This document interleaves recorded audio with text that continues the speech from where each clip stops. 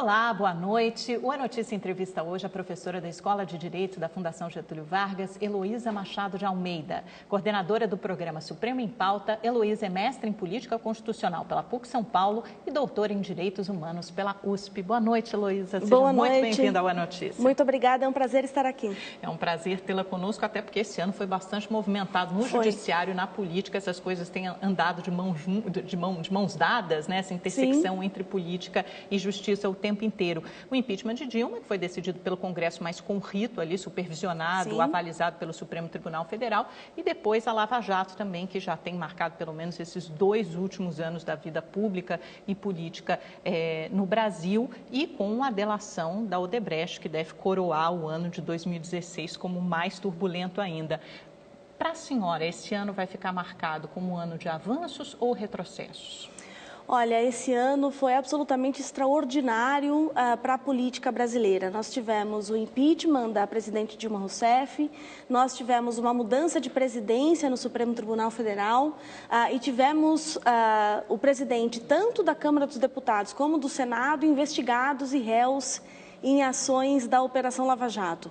Então, a gente pode falar que esse ano ele não é usual, ele é um ano de crise sistêmica e institucional no Brasil, e os resultados, se serão positivos ou negativos, se as instituições sairão fortalecidas ou enfraquecidas, isso ainda está em aberto, isso ainda depende dos rumos da Operação Lava Jato e de como o Tribunal e o Legislativo vão se portar daqui para frente. Bom, para a gente tentar dividir um pouquinho essas duas coisas, a senhora já escreveu alguns artigos dizendo que o impeachment da ex-presidente Dilma Rousseff foi um impeachment sem crime de responsabilidade. Isso quer dizer que o impeachment foi golpe, como alega o PT?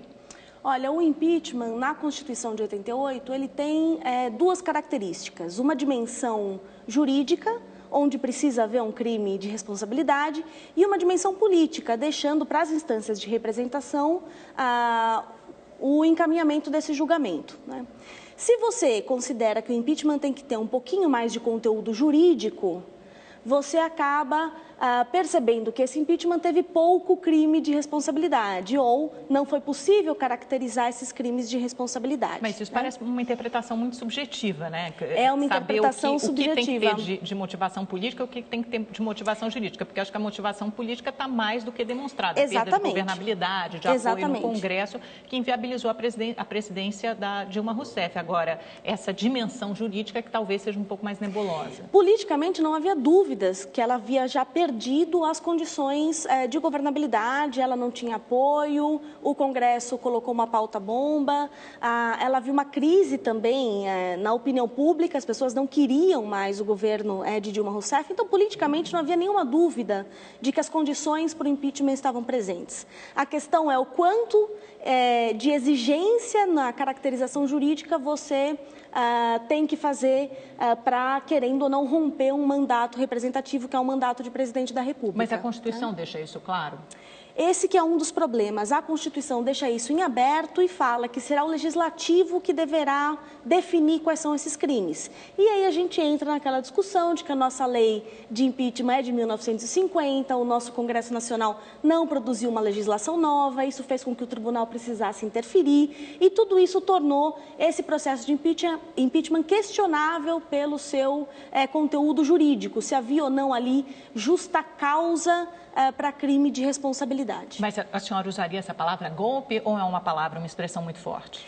Essa é uma expressão muito forte porque ela pressupõe também que nenhuma das instituições de controle foram capazes de fazer jus ou de barrar esse tipo de ruptura democrática, né? O que a gente tem que ter em mente é que o impeachment é um momento de ruptura democrática, de que isso agravou a instabilidade no país e eu me preocupo que o voto e a vontade eleitoral tenham sido tão facilmente desprezados num processo de impeachment, né?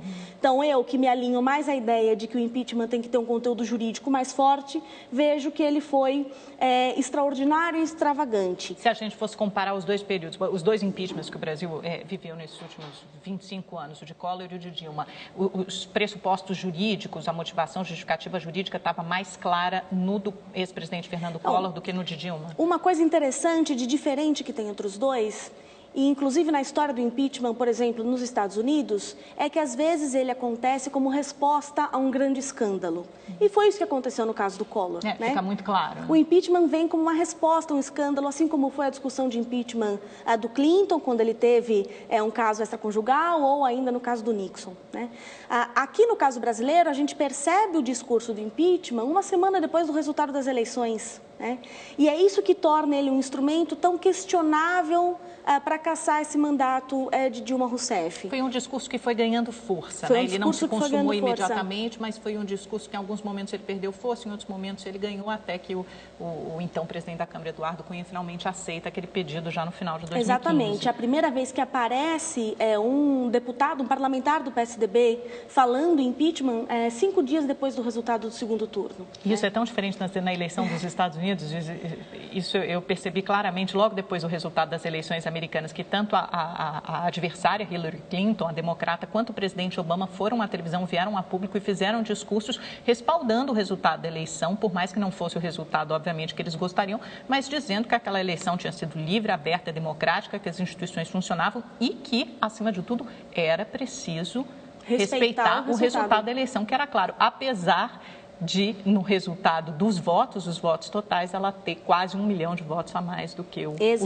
Donald Trump. Então, essa é uma diferença. Também foi uma eleição muito acirrada, com oposição e situação ganhando ali por uma diferença até pequena de votos no cenário geral, mas há um apego maior às regras eleitorais, porque desprezar uma vontade eleitoral não é pouca coisa, e esse é o meu grande receio no impeachment de Dilma Rousseff. Agora, falando sobre a sua área especificamente, que é o Supremo Tribunal Federal, qual a responsabilidade, o papel do Supremo em todo esse processo de impeachment? Porque a gente viu o Supremo tentando talvez se manter um pouco ao largo. No começo ele até interferiu, definindo o rito do processo de impeachment, né? Isso foi na virada do ano de 2015 para 2016, então ele definiu o rito e depois é como se ele tivesse retirado um pouco de cena, né? Olha, até antes disso, ele invalidou uma decisão do Eduardo Cunha sobre o rito, né? Bem lá atrás, salvo engano, em outubro ou novembro ainda de na criação da 2015, comissão especial do impeachment, né? Até antes dele aceitar o pedido, ele começou a emitir resoluções sobre qual seria o trâmite. E ali você já teve uma primeira suspensão, ele voltou atrás e o Supremo não avançou na discussão. E depois, com a formação da comissão especial e a maneira de eleição dessa comissão, o Supremo interferiu, suspendeu a decisão dele e aí emitiu uma grande decisão regulando todo o processo. Né? Como a gente já mencionou aqui, a lei é de 1950, o Supremo precisou atualizar isso para uma interpretação de acordo com a nossa Constituição, que é de 88. E aí ele definiu, por exemplo, o papel do Senado Federal no impeachment, quais as etapas de defesa que deveriam ser cumpridas, e essa foi a grande e maior decisão do Supremo no processo de impeachment. A senhora acha que vai haver outras? Porque ainda há ações contestando o impeachment, questionando inclusive a justa causa, né, do então advogado da presidente Dilma Rousseff, o Zé Eduardo Cardoso, ex-ministro da Justiça e da AGU. Há ainda ações nesse sentido no STF. A senhora espera alguma mudança de resultado? Espera que o Supremo venha a interferir, julgar o mérito do impeachment? Não, eu não acredito que ele vá interferir no mérito do impeachment. Ele falou muito claramente de que isso estaria a cargo das instâncias representativas, da Câmara e do Senado. O julgamento já foi feito, o vice-presidente Michel Temer já tomou posse, já é o presidente do país. Então, eu não acredito que o Supremo vá rever uma decisão, ele não demonstrou isso em nenhum momento. O grande problema é, será que nós teremos outro impeachment em breve? E isso certamente gerará novas inseguranças jurídicas, novos questionamentos no Supremo, porque continuamos sem uma legislação. Talvez o nosso Congresso nunca imaginou que fosse tão necessário fazer uma legislação sobre impeachment como a nossa recente história presidencial mostra. Mas, ao mesmo tempo, você não vê nenhuma movimentação no Congresso para atualizar a lei do impeachment? Nenhuma. Então, isso abre um grave precedente para a nossa democracia, na sua visão? abre, porque... De que o processo de impeachment se torne cada vez mais frequente. Cada vez mais frequente. Seja quase como aquele voto de desconfiança do parlamentarismo. Cada vez mais questionável, com uma interferência cada vez maior do judiciário, que não é o local escolhido ali pela Constituição para julgar isso. Então, isso cria uma sensação, de fato, de instabilidade e de insegurança. Não só para quem está acusando e para o cidadão que gostaria de ter governantes responsivos, mas também para aquele que ganhou uma eleição e, eventualmente, pode ser retirado do cargo sem ter muito claro quais seriam os critérios para isso. Se perdeu o apoio político, Exatamente. nesse caso. O Supremo foi omisso ou está sendo omisso em algum momento desse processo do impeachment ou ele está apenas cumprindo o seu papel? Olha, o Supremo Tribunal Federal, ele se manifesta quando é provocado, né? E ele foi bastante provocado no processo de impeachment. Ele recebeu muitas ações, não só da defesa da presidente Dilma Rousseff, da oposição, do PSDB, da sua base aliada. Então, o Supremo foi muito chamado a se pronunciar sobre o impeachment e ele preferiu deixar que o local de julgamento permanecesse na Câmara e no Senado, salvo essa primeira decisão que regulamentou o procedimento de impeachment. O que a gente percebe, por outro lado, é que algumas decisões tomadas não em relação ao impeachment, mas na Operação Lava Jato, tiveram um impacto enorme no desdobramento do impeachment. E aí você pode falar que o Supremo Tribunal Federal teve, sim, uma influência, ao menos no cadeamento desse processo.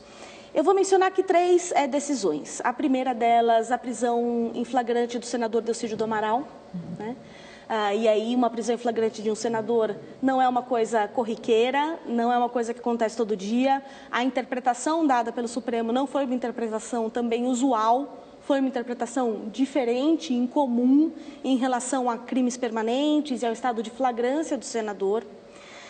Isso, de certa maneira, impulsionou o processo de impeachment que já estava quase adormecido ali no comecinho do ano de 2016, que ninguém imaginava mais porque aí teria espaço. O então senador coloca a ex-presidente Dilma Rousseff e o ex-presidente Lula no centro ali coloca no centro da crise e ele era o líder do governo no Senado, né? Então, não é pouca coisa acontecer isso. Na sequência, nós temos a decisão que vem do ministro Gilmar Mendes em relação à posse de Lula enquanto ministro da Casa Civil, impedindo a posse. Né? Logo depois da divulgação daqueles áudios pelo juiz Moro, que também muito questionável, e isso implodiu o Brasil ali e tornou quase que irreversível o processo de impeachment, né? As pessoas foram para a rua naquele momento, se imaginava que a Dilma iria renunciar, aquilo gerou, acho que, o último desgaste de um governo que já estava bastante enfraquecido, né? E, por fim, nós tivemos a manutenção de Eduardo Cunha durante todo o procedimento de impeachment na Câmara dos Deputados, né, sendo afastado uma semana depois que o processo foi enviado ao Senado Federal, né? Então, essas 3 decisões mostram como o Supremo, não diretamente em relação ao impeachment, mas na Operação Lava Jato, ou neutralizaram alguns atores, como no caso o Lula, naquela possibilidade dele se tornar ministro, ou deixaram outros atores livres, como foi o Eduardo Cunha até o final do processo de impeachment. O que a senhora está dizendo é que a Justiça, de alguma forma, o Supremo e também o juiz Sérgio Moro deram um empurrãozinho para que o impeachment ganhasse força e acontecesse. Se a gente analisar as decisões da Lava Jato, sim, há uma correlação grande entre o momento e o avanço do processo de impeachment e a interferência do tribunal. Foram decisões políticas? Algumas foram, né? A decisão do ministro Gilmar Mendes, em especial, pode ser considerada uma decisão política, né? Ela é uma decisão absolutamente extraordinária na jurisprudência do tribunal, tanto que na semana seguinte, ou logo depois que o presidente Temer assumiu, entraram com uma ação equivalente para impedir a posse de Romero Jucá como ministro. E o então relator, o ministro Barroso, falou que isso não existia, né, de que não era possível fazer isso. Então, a decisão de Gilmar Mendes suspendendo a posse de Lula, ela pode ser considerada, sim, uma decisão política. Ela é uma decisão que a gente chama monocrática, só o ministro Gilmar Mendes decidiu. Isso não foi levado ao plenário. O fato de Lula sequer ser réu naquela época, né? E também com base em gravações que eram consideradas ilegais. Tem problemas técnicos também do tipo de ação que foi levada. Então, essa é uma decisão que pode ser considerada política. E para quem acompanha a política, fica muito claro, né, em saber que aquele momento, a gente que cobre todos os dias política, foi o momento em que o Lula não assume como ministro da Casa Civil, é o momento em que começa, em que de fato vai ruindo o castelo de cartas do PT e eles perdem qualquer chance de que o governo da presidente Dilma Rousseff desse certo, né? Eu me lembro de conversar com aliados, com parlamentares de outros partidos, inclusive do PMDB, e quando eles souberam da posse de Lula, eles já ficam até um pouco conformados de saber que ele era um articulador político tão hábil, tão habilidoso, que talvez ele conseguisse salvar aquele governo. E quando Lula não assume, aí sim é como se tivesse sido jogada fora a última tentativa de salvar o governo da então presidente Dilma. Professora, o governo de Michel Temer é ilegítimo? Vamos lá. O governo de Michel Temer, formalmente, não é, se a gente analisar... Porque ele é legal. Exatamente, né? Ele apareceu como vice-presidente na chapa, você teve um processo de afastamento da presidente, formalmente ele assumiu a presidência, então não é ninguém que caiu de paraquedas e assumiu o governo, né? Dentro das regras, aparentemente, ele pode ser considerado legítimo. Mas há muitos elementos e muita razão também para quem diz que esse governo não tem legitimidade, né? E eu acho que o mais... correto desses argumentos é aquele que diz que quando o vice-presidente assume, ele rompe com o programa eleitoral que havia sido eleito, né, com o qual ele havia sido eleito. Embora ele tenha sido eleito na mesma chapa, né? Porque ou ele foi eleito na mesma chapa, né, e ele inclusive assina a mesma proposta de governo, né, que é depois depositada no Tribunal Superior Eleitoral, então ele concorda com aquele plano de governo, e aí ele assume e, de certa maneira, não só assume por ser eventualmente mais competente ou em razão de Dilma ter sido responsabilizada por um crime, mas ele assume e muda aí a vontade das urnas, muda a proposta radicalmente de governo, e isso é um fator de legitimidade, não é? Se a gente pensar qual presidente seria eleito avisando que vai congelar salários de servidores e vai diminuir recursos de saúde e educação, vai ficar difícil, não é? E esse é um fator complicado, porque na prática é o que ele está fazendo. E isso nos traz a uma outra questão importante. A senhora criticou bastante a aprovação já na Câmara dos Deputados, agora está no Senado, da PEC 241, que agora é 55 no Senado, que justamente estabelece um teto, um limite para os gastos de todo o governo, baseados na inflação do ano anterior. A senhora disse que isso fere de morte a Constituição de 88, pelo menos o caráter social da Constituição de 88. Mas até alguns ministros do Supremo, se não me engano, o próprio ministro Barroso já se colocaram a favor dessas regras de austeridade fiscal, argumentando, inclusive, que quando você quebra a responsabilidade, desrespeita a responsabilidade fiscal, você acaba justamente punindo, ferindo, prejudicando os mais pobres. Isso também não é verdade, professora? Olha, o grande problema da PEC 55, agora em trâmite no Senado, é que ela não leva em consideração algumas coisas que são direitos fundamentais, né? Então, quando a gente está falando em educação e saúde, a gente está falando em direito fundamental, em direito fundamental social, que tem uma superproteção constitucional. Quando você faz uma emenda e diz que essas duas grandes políticas sociais, que são sobretudo voltadas para as parcelas mais pobres da população, quando essas duas políticas serão congeladas, quando o investimento será congelado, né, você está, de certa maneira, desconsiderando aquilo enquanto um direito, né? E aí você vai ter na minha opinião, uma inegável precarização do SUS e uma inegável precarização do ensino, que já são tão problemáticos e que afetam tanto a nossa população.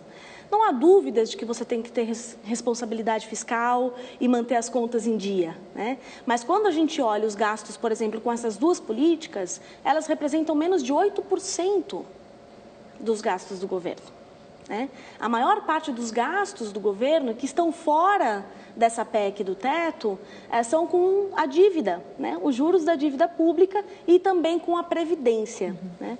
Então, que é a próxima reforma na fila. Que parece que será a próxima reforma na fila, né?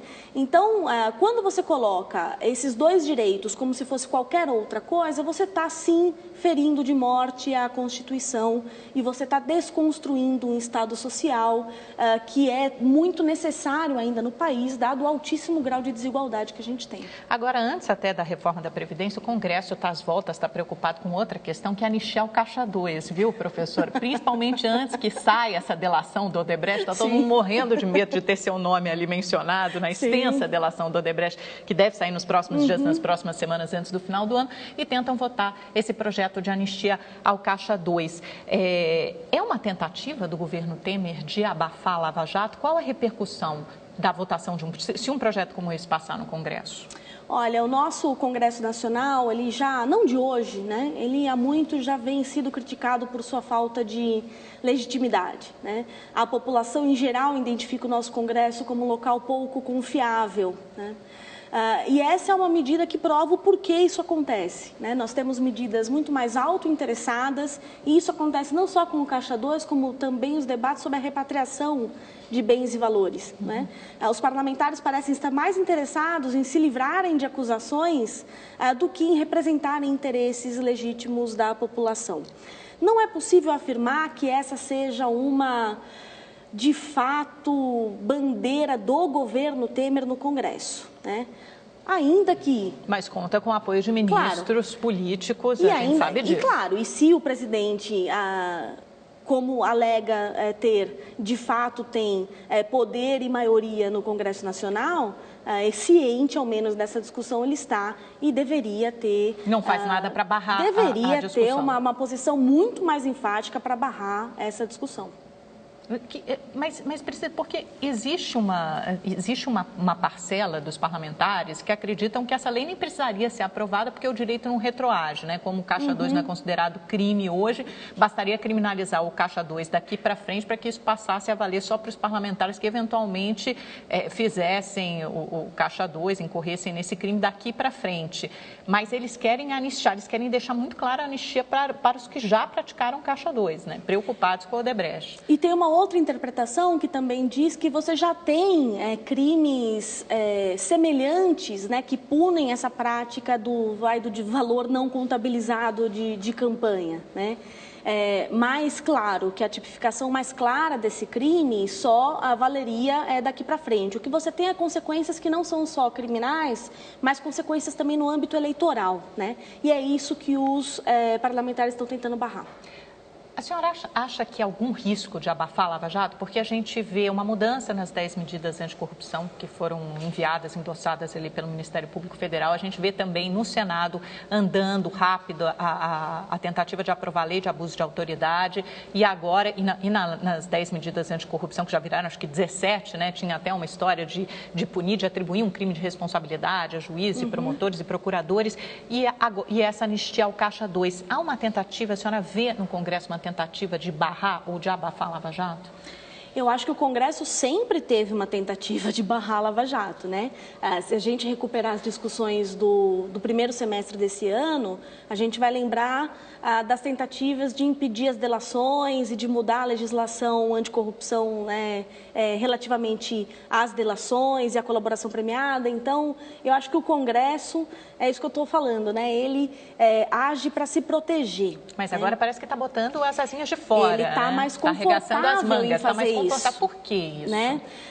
Talvez porque o processo de impeachment tenha deixado a sociedade brasileira talvez satisfeita, né, com o combate à corrupção e eles se sintam livres para continuar fazendo a malversação que fazem, por exemplo, nesse caso.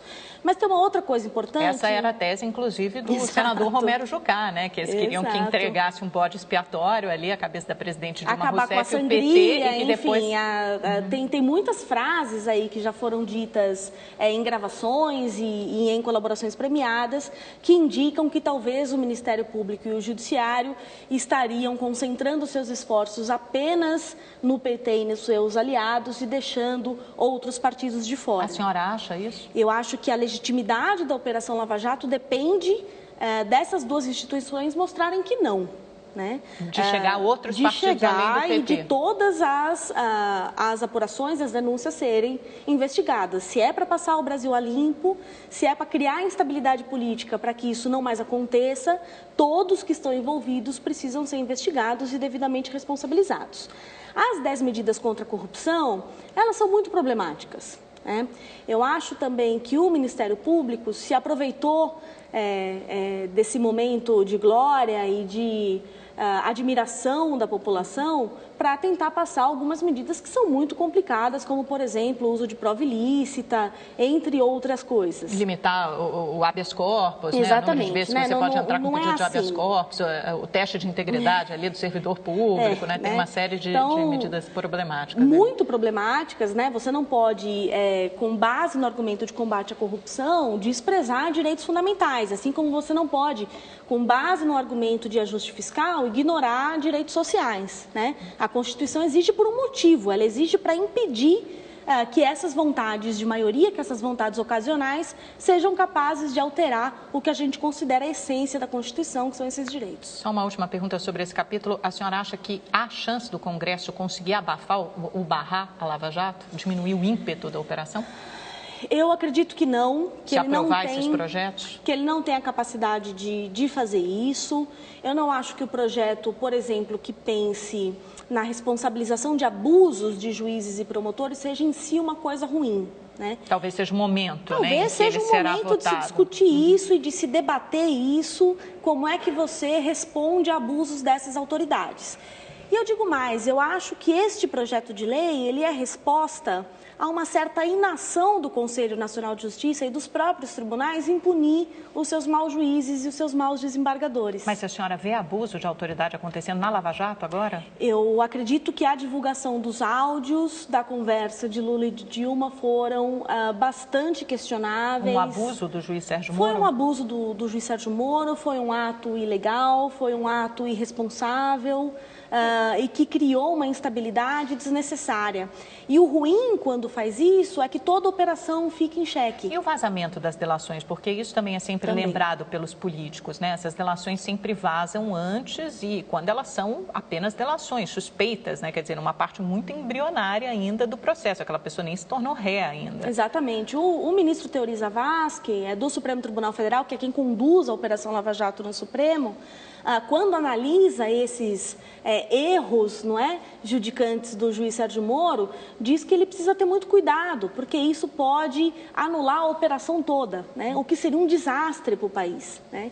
Então, é preciso que os juízes e os promotores e os procuradores federais se mantenham adstritos ao devido processo legal para que você não jogue tudo por alto num momento tão relevante. Professora, as prisões preventivas da Operação Lava Jato foram muito criticadas. Eu gostaria que a gente, já por juristas e advogados, eu gostaria que a gente analisasse algumas delas, talvez as últimas, para saber, na sua opinião, se houve abusos ou se a Operação Lava Jato cometeu excessos nas prisões de Mantega, Palocci, Eduardo Cunha e agora, mais recentemente, o ex-governador do Rio, Sérgio Cabral. Olha, vamos lá. A prisão preventiva, ela é uma exceção no ordenamento jurídico brasileiro, né? A pessoa só pode ser presa depois que respondeu a um processo, se defendeu, produziu provas, um juiz julgou, né? Depois que recorreu e esse recurso também foi julgado, né? Então, a prisão antes da condenação, ela é excepcional e tem que ser excepcional. Ela só pode acontecer se a pessoa está destruindo provas ou está ameaçando testemunhas ou eventualmente vai fugir ou continua praticando crimes. Mas ela não parece estar sendo muito excepcional, pois não. Pois é, qual é o problema? Anos. No Brasil, a prisão preventiva não é excepcional, mesmo que a lei assim o diga. Mas não é excepcional ou passou a não ser excepcional? Nunca foi excepcional? Você tem um descompasso entre a atuação do judiciário e o que diz a lei. 30% dos presos no Brasil são preventivos, são provisórios, né?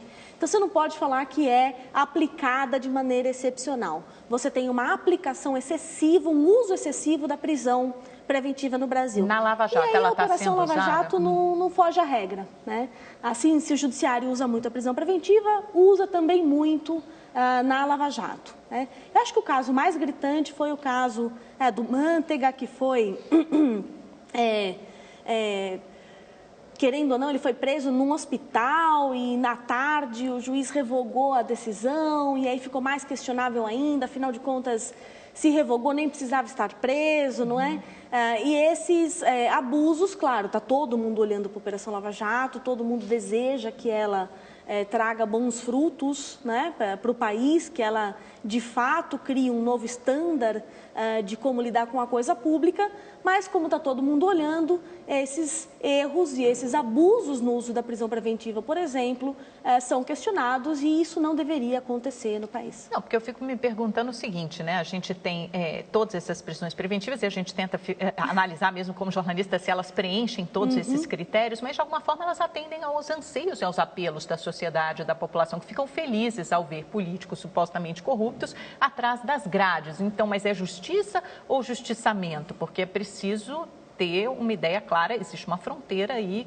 Existe uma fronteira muito clara, né? E essa é uma das razões pelas quais juízes não são eleitos, né? Eles têm que se ater à vontade da lei, não à vontade da maioria. Na sua visão, há necessidade, por exemplo, do Palocci, do Eduardo Cunha, do Sérgio Cabral estarem presos, se atendo única e exclusivamente ao que diz a lei, ao direito?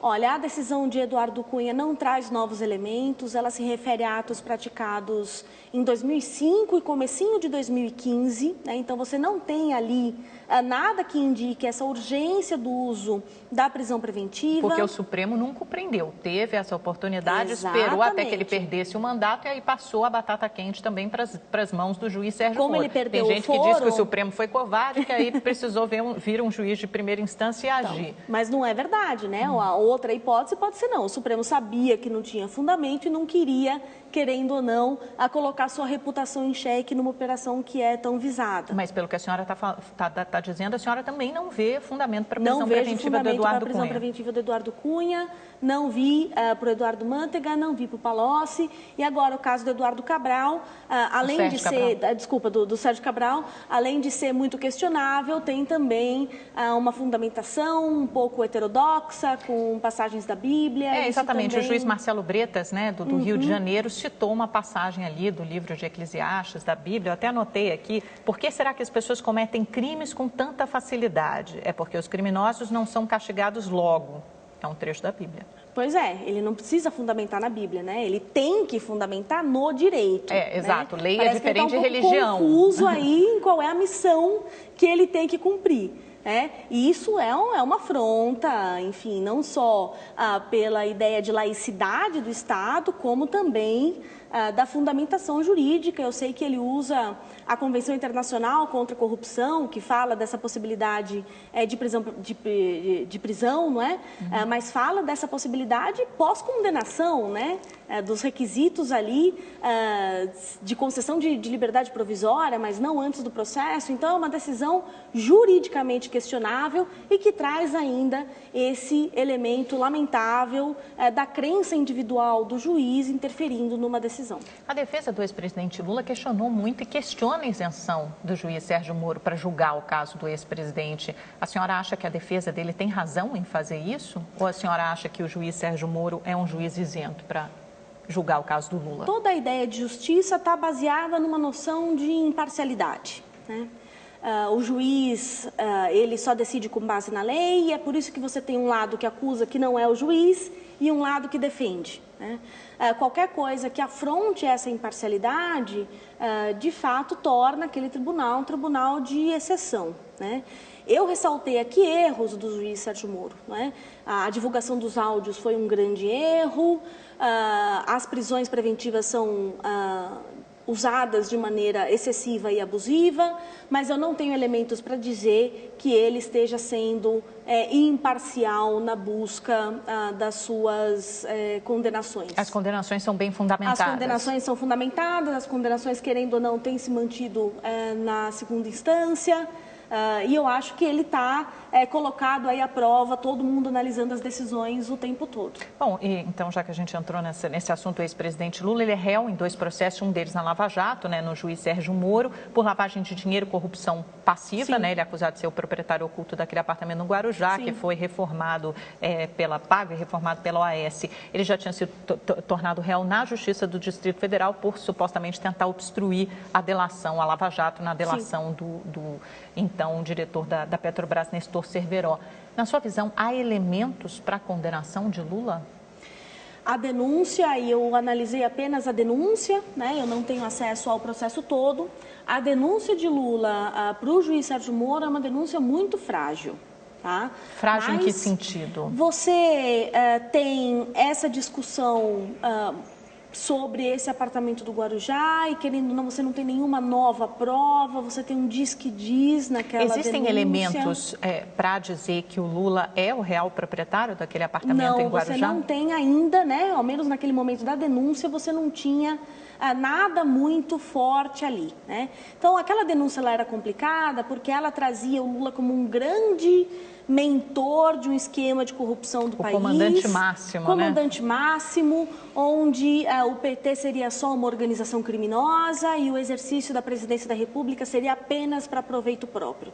Essas são acusações muito fortes de serem feitas. Mas elas estão fundamentadas ali naquele organograma? E elas não geraram nenhuma acusação de um crime específico. Então, ele não que era o crime de organização criminosa, de organização criminosa e, eventualmente, de tráfico de influência e de todos os outros crimes que poderiam ser atribuídos a isso. Mas por que o Ministério Público, então, não fez essa denúncia, é uma boa não questão. Acusou Me por parece esses que crimes? Não tinha prova e que a ideia ali era, de fato, jogar para a mídia ou fazer uma ideia de que Lula seria um homem pior do que o que eles têm prova de que, eventualmente, ele seja. Então, pela denúncia, havia pouquíssimos elementos para a condenação, mas o momento do recebimento da denúncia é um momento ainda muito inicial da investigação. Mas havia elementos para o juiz Sérgio Moro receber aquela denúncia? Havia, porque receber a denúncia é começar uma investigação. Não quer dizer nada, não só quer dizer nada. que há elementos ali para que a investigação siga adiante. E isso é bom, porque é para isso que serve o processo. Para apurar também. Vai dizer se tem, não tem, para apurar tudo e deixar tudo claro. Uhum.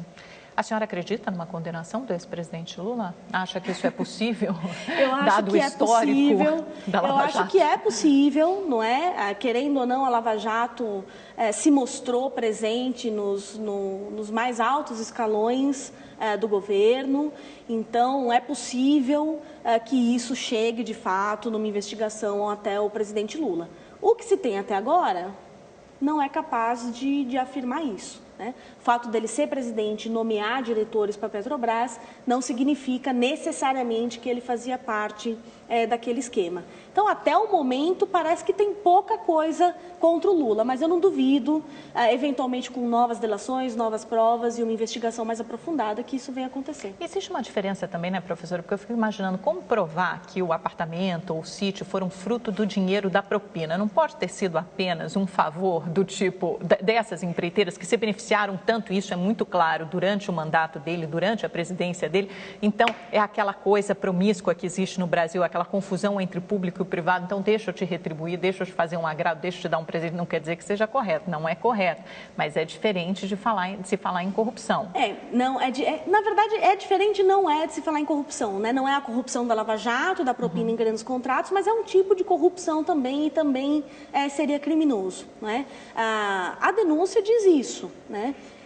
Em parte de que ele estaria recebendo favores dessas empreiteiras por ter sido tão generoso nos contratos públicos. Mas, querendo ou não, a gente está falando das 6 maiores empreiteiras do país.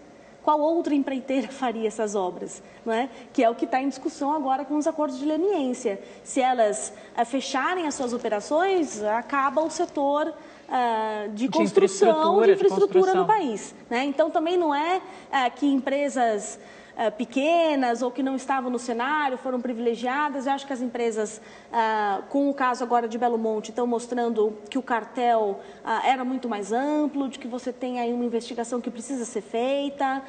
O valor das obras no Brasil, de fato, é algo inexplicável se comparado com outros países.